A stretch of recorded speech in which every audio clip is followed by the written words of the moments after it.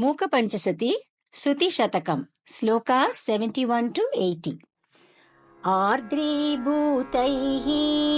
अविरलकृपै आप्तलीलाविलासैः आस्थापूर्णौ अधिकचपलै अञ्चिताम्भोजशिल्पैः कान्तैर्लक्ष्मी ललितभवनै कान्तिकैवल्यसारैः काश्मल्यं न कबलयतु सा कामकोटिकटाक्षैः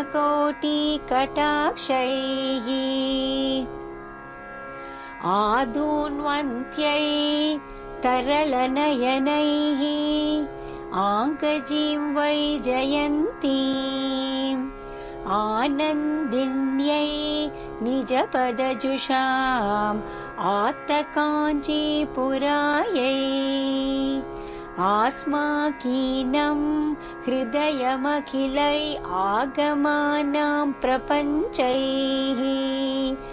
आराध्यायै स्पृहयति तराम् आदिमायै जनन्यै दूरं वाचां त्रिदशसदसां दुःखसिन्धोस्तरित्रम् मोहश्वेल श्रुतिरुहवनी क्रूरधाराकुठारम् कम्पातीर प्रणयिकविभिः वर्णितोद्यच्चरित्रम् शान्त्यै सेवे सकलविपदां शाङ्करं तत्कलत्रम् खण्डीकृत्य प्रकृतिकुटिलं कल्मषं प्रातिभश्री शुण्डीरत्वं निजपदजुषां शून्यतन्द्रं दिशन्ति तुण्डीराख्ये महति विषये स्वर्णवृष्टिप्रदात्री चण्डी देवी कलयति रतिं चन्द्रचूडालचूडे येन ख्यातो भवति स गृही पूरुषो मेरुदन्वा यत्र कोणे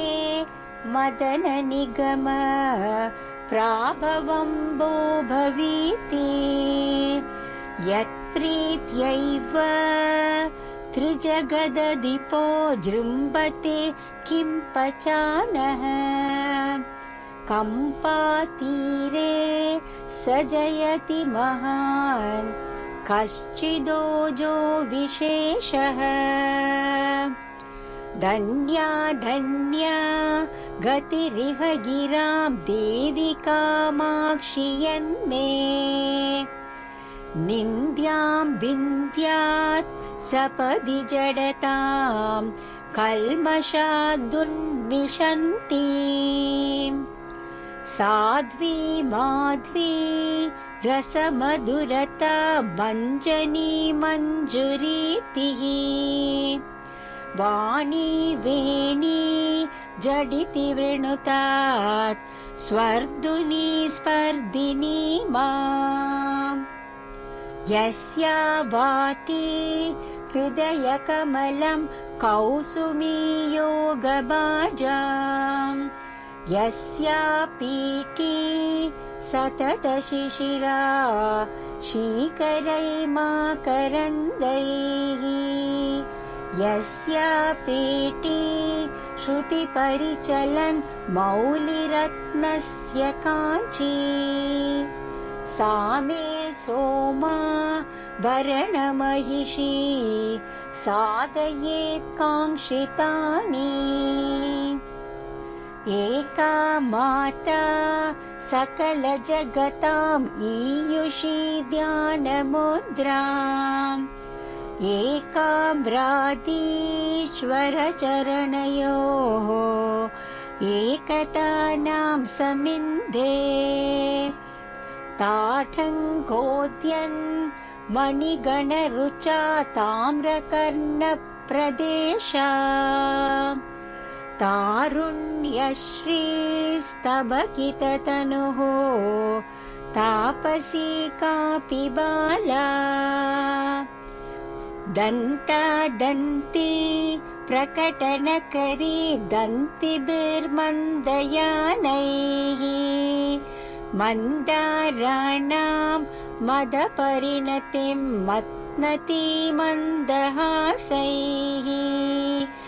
अङ्कुराभ्यां मनसि जठरो अंकितो राकुचाभ्याम् अन्तः काञ्ची स्फुरति जगताम् आदिमा कापि माता त्र्यम्बककुटुम्बिनीं त्रिपुरसुन्दरीमिन्दिरां पुलिन्दपतिसुन्दरीं त्रिपुरभैरवीं भारतीं मतङ्गकुलनायिकां महिषमर्दिनीं मातृकां भणन्ति विबुधोत्तमा विहृतिमेव कामाक्षि ते।